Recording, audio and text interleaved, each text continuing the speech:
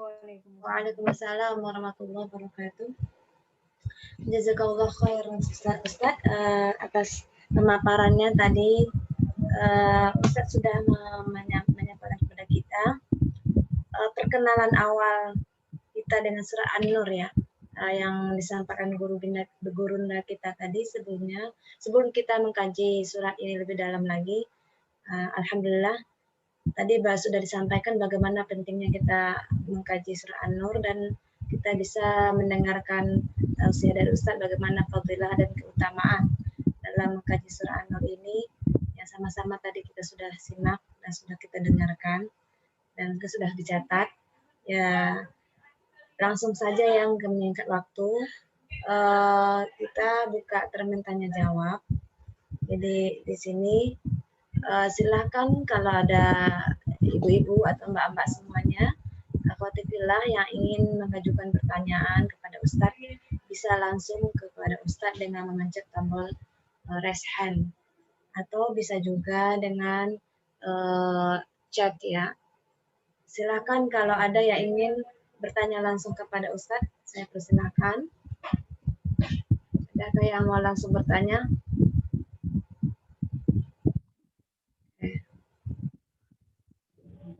Izin bertanya? Iya, silakan. Langsung aja.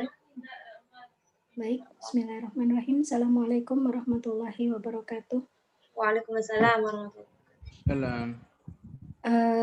Ini Ustadz, izin bertanya tentang tadi Ustadz menyinggung bahwa bagaimana kita harus selalu mempunyai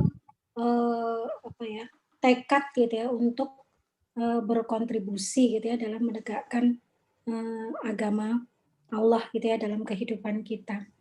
Nah, ini mungkin hal yang teknis gitu ya, ingin mendapatkan penjelasan dari Ustadz gitu ya. Ketika kita misalnya ini menghadapi seseorang gitu ya, ketika kita mungkin ya mengajak mereka gitu ya kepada kebenaran, sementara kita ya mempertimbangkan gitu ya kondisi yang bersangkutan gitu ya, sehingga mungkin tidak secara tegas gitu ya kita mengatakan bahwa ini tidak boleh, ini boleh gitu ya, dengan mempertimbangkan gitu ya, karena sepertinya dia belum siap gitu ya untuk menerima hal seperti itu. Namun kemudian ada kritikan gitu ya yang masuk gitu ya, yang mengatakan bahwa ya seorang dai itu tidak boleh gitu ya takut mengatakan sesuatu yang maksudnya menjelaskan gitu ya tentang hukum Allah karena mungkin takut ditinggal gitu ya oleh orang yang diajaknya, maksudnya karena tidak sesuai gitu ya, maksudnya dia belum bisa melaksanakan, akhirnya memilih untuk tidak bergabung gitu ya bersama kita. Nah, apakah pertimbangan seperti itu salah gitu ya, Ustadz? Ketika kita mempertimbangkan dia, jadi kita inginnya bertahap gitu, seperti itu.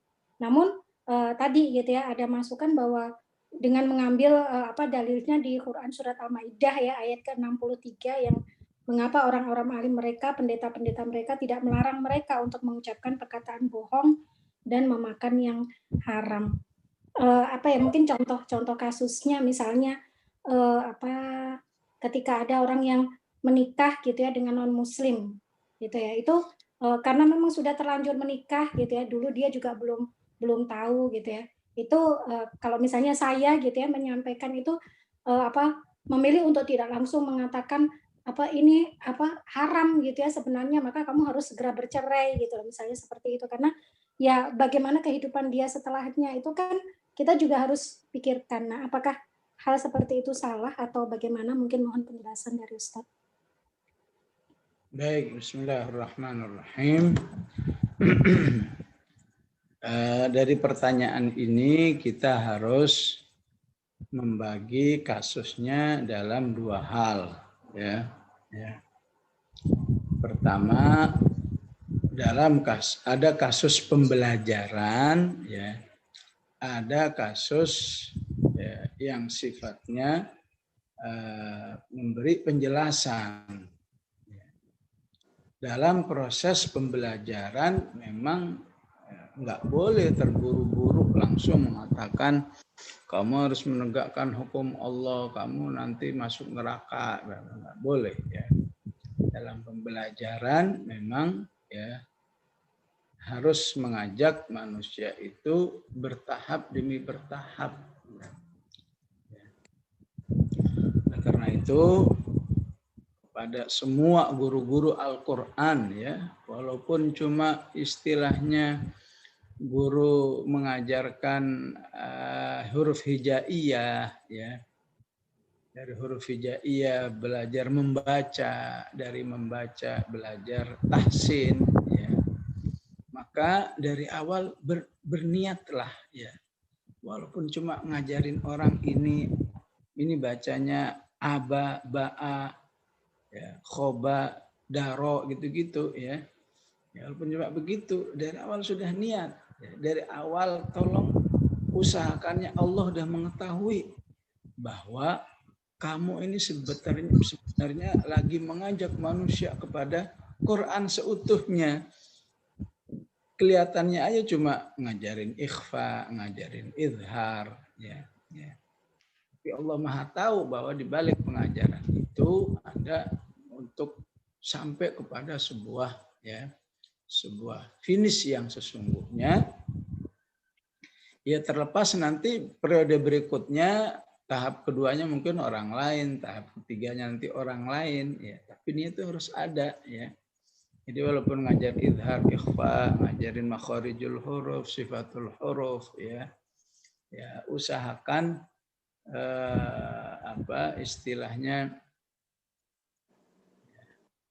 Allah itu tahu apa yang akan kita targetkan dari pengajaran ini ya.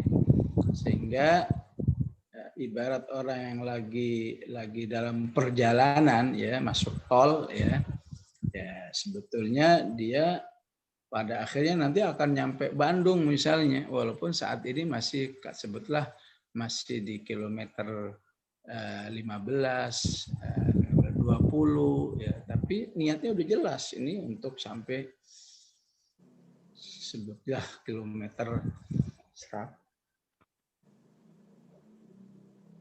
150 ya, bahwa untuk sampai 100 kilometer 150 itu nggak mungkin tanpa dimulai dari kilometer yang 0, dari 0, 1, 2, 3, 4 dan seterusnya ya. Jadi dibuat orang cinta dulu sama Al-Quran ya.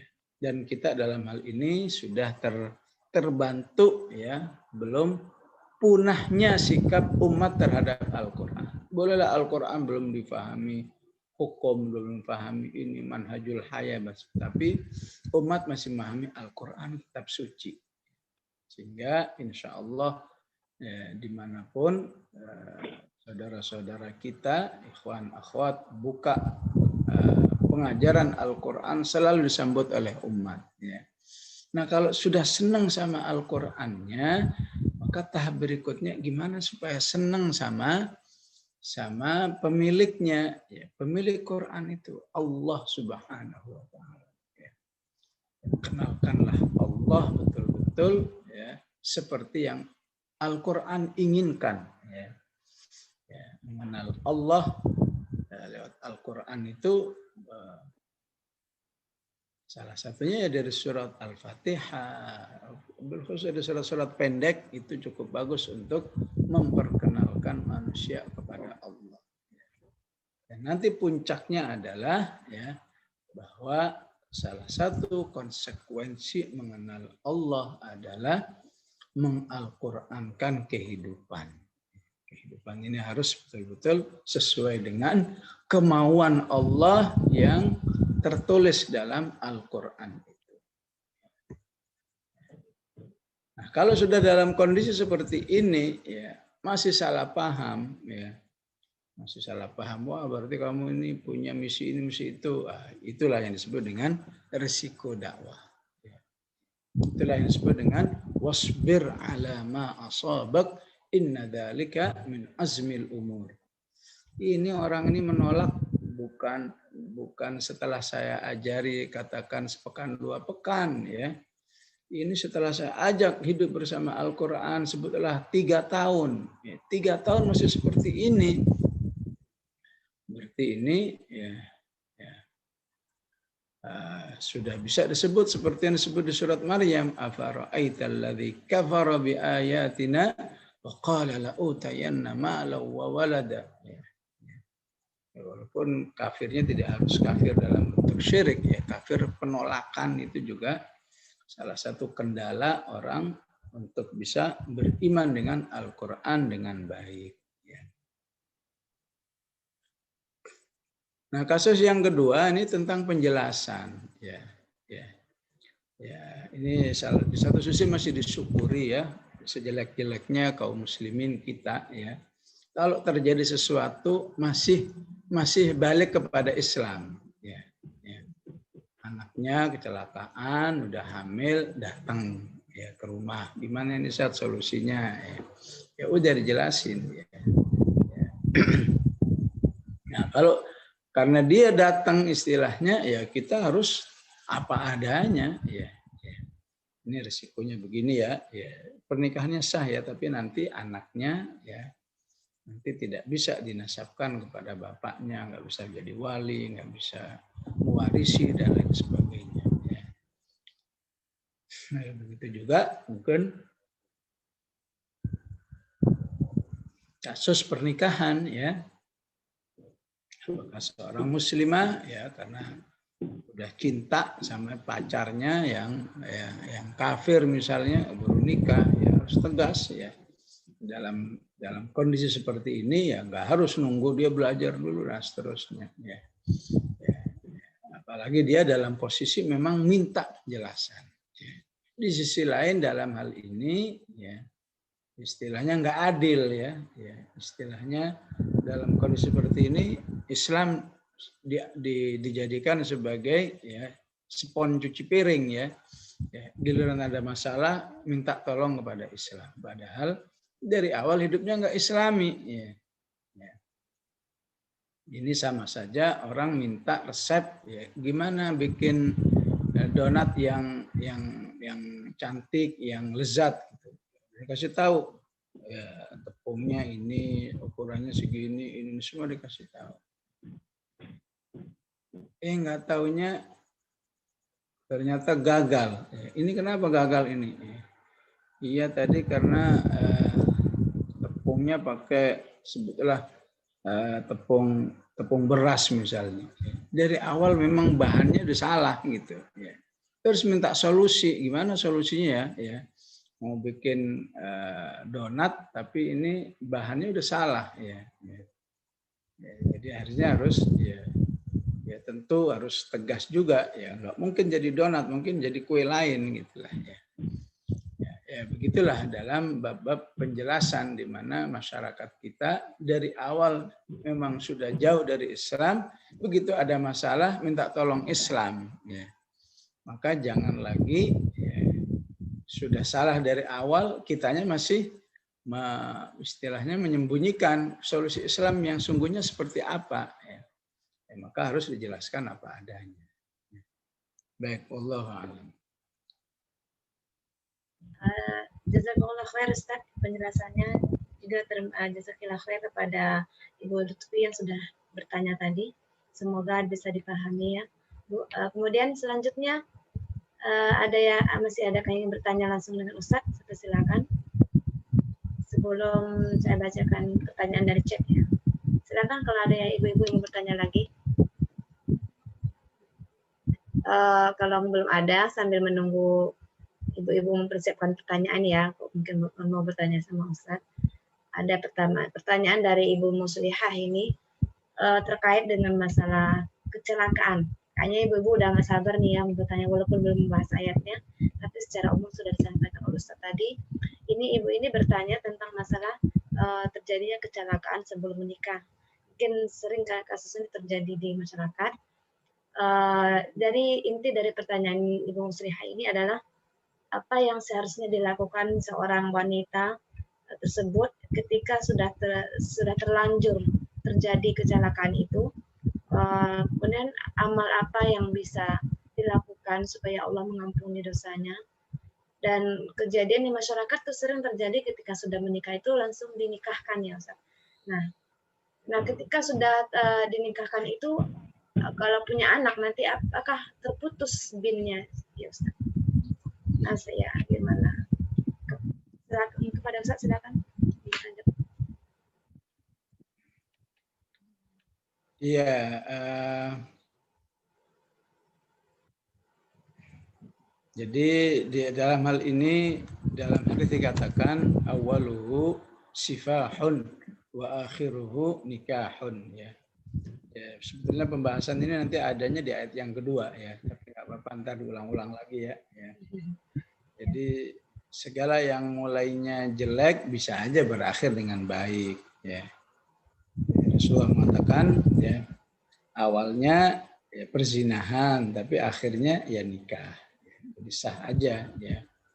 Sebagian ulama mengatakan ya seperti seseorang nyolong mangga dari ya rumah orang lain ya. Dosa nggak nyolongnya? Dosa. Tapi sebelum mau makan dia takut ya. Dia ketok rumah orangnya. Assalamualaikum, waalaikumsalam, ada apa? Ya. Ini tadi saya ngambil mangga nggak pakai izin ya. Mohon maaf nih ya.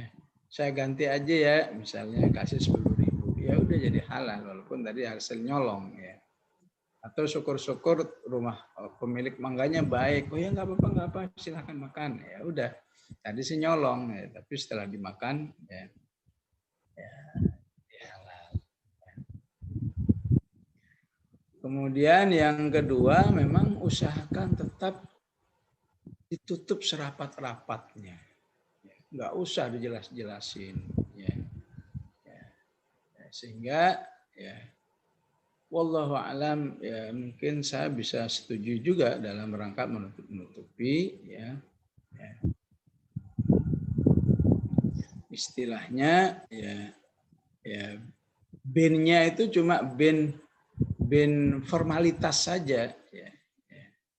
Sebutlah misalnya ya memang terutama yang agak menjadi masalah itu utamanya kalau anak yang dihasilkan nanti perempuan ya. Kalau laki masih agak sedikit tidak banyak konsekuensinya, kalau yang dilahirkan itu perempuan ya.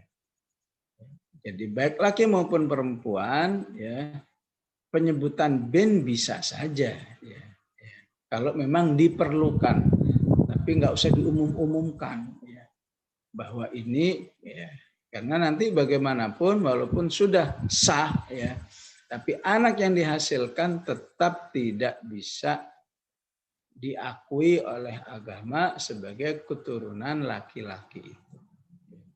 Dia nggak bisa ya, nggak bisa jadi keturunan sah. Ya. Tapi dalam kenyataan hidup ya, jika diperlukan untuk menutupi aib ini, ya, sah-sah aja untuk tetap disebut binnya. Ya. Allah alam ini sebuah istihad. Ya, kalaupun takut ya silakan nggak usah dilaksanakan. Ya. Tapi juga tidak untuk diumum-umumkan. Ya. Bahwa si anak ini nggak punya bapak loh. Saya juga, apalagi bapaknya sendiri yang ngomong. Ya. Saya sendiri walaupun yang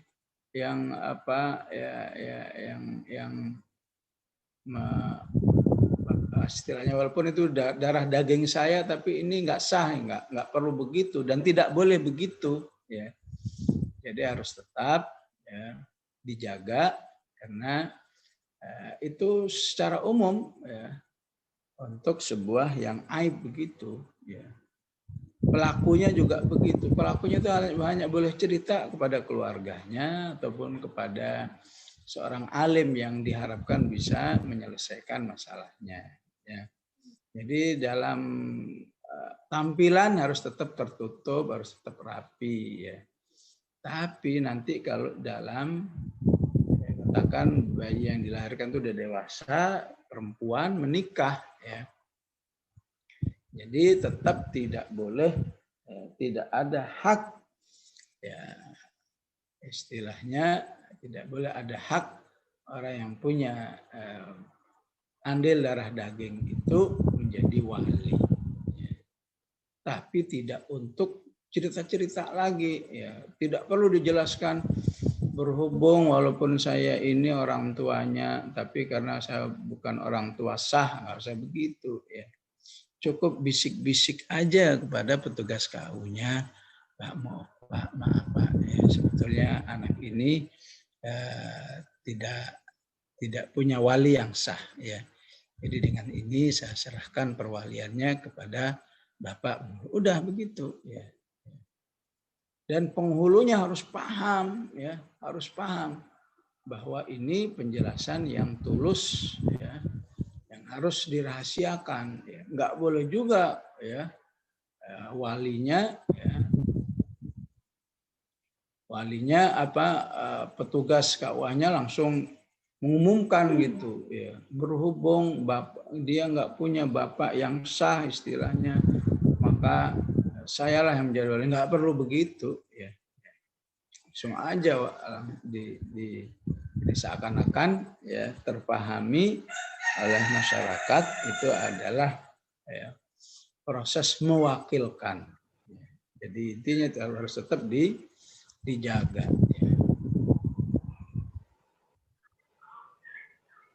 Jadi begitulah, ya. Jadi secara perwalian tetap nggak sah, ya. Begitu juga kalau ayahnya meninggal suatu saat tidak boleh tidak mewarisi, walaupun bisa aja, ya, sebelum meninggal ayahnya berwasiat, ini harta saya hibahkan, ya, pada fulanah ini sekian, ya. Bukan sebagai ahli waris, tapi sebagai pemberian biasa, hibah. Baik, nanti insya Allah lengkapnya bisa dibahas di ayat yang kedua. Ya, jazakallah khair Ustaz. Ya. Masih bisa bertanya lagi Ustaz? Satu lagi boleh. Satu lagi boleh. Ya, masih bisa satu pertanyaan lagi kepada ibu-ibu atau mbak-mbak semuanya. Silakan kalau yang ingin bertanya langsung dengan Ustaz. Adakah yang ingin bertanya langsung? Dipencet dulu tombol raise hand-nya kalau ingin bertanya langsung sama Ustaz. Adakah ibu-ibu? Belum ada? Oh, kalau nggak ada nih, saya bacakan lagi nih. Ada satu lagi pertanyaan dari mungkin masih nampaknya ini ibu-ibu tertarik dengan masalah pernikahan misalnya. Jadi ini ada bertanya tentang masalah nikah. Dari penjabaran Ustadz tadi yang di awal secara umum itu menjabarkan bahwa surah An-Nur itu akan menjelaskan tentang bagaimana penjagaan keturunan, kejelasannya bagaimana nasabnya. Nah, kemudian di sini cuma dari pertanyaan ibu ini ada dari Ibu Herawati, ya. Ustaz, hakikat nikah adalah seperti tadi dijabarkan adalah agar ada kejelasan dan penjagaan keturunan. Namun jarang dibacakan tafsir surat An-Nur ini. Yang populer dibaca adalah surat Ar-Rum. Mungkin ini yang sering terjadi pas resepsi pernikahan kali, Ustaz, ya. Jadi seringnya dibaca Ar-Rum gitu. Nah, padahal inti hakikat nikah itu ada di surah An-Nur yang lebih banyak dijelaskan tentang pernikahan. Nah, bagaimana hubungan kaitan antara dua surat ini, ya, Ustaz? Kenapa pilihan masyarakat itu lebih banyak ke Ar-Rum bukan ke An-Nur? Padahal An-Nur ini perlu diketahui, gitu, dipelajari. Bagaimana, Ustaz? Iya, memang aslinya pernikahan itu ada di Ar-Rum, ya. Biasanya Ar-Rum, ya. Padahal Ar-Rum yang bicara masalah nikah satu ayat doang, ya. An-Nur hampir semuanya. At-Taghabun setengahnya. At-Tolak semuanya. Ya. An-Nisa, ya, hampir seperempatnya. Al-Ahzab hampir setengahnya. Nah, kalau dibaca semua, kapan akad-akadnya ini, mau tasmi atau mau walimah ini, ya. Ya. Ya, itu namanya cuplikan, ya. Memang seharusnya memang bisa bervariasi, ya. Bervariasi, mungkin walimah di A Ar-Rum, ya. Walimah di B pakai An-Nur, bagus sebetulnya, ya. Walimah di C pakai at-tolak, walimah di F pakai at-taghabun, walimah di G pakai surat at-tahrim. Bagus sebetulnya begitu ya. Cuma lagi-lagi ya nanti orang bingung lagi, loh kok bacanya masalah zina, azani la yankihu illa zaniyatan. Apalagi pakai at-tolak, lo kok udah disuruh cerai ya Nabi itu tolak tumun nisa. Ya begitulah memang ketika Al-Quran ini belum menjadi satu kajian bersama ya, diserba salah ya.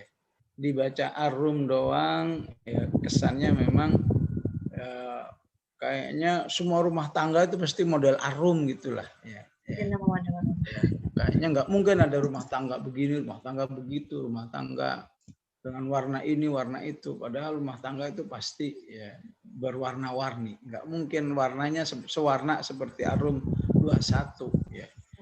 Istilah samara ya. Iya, samara.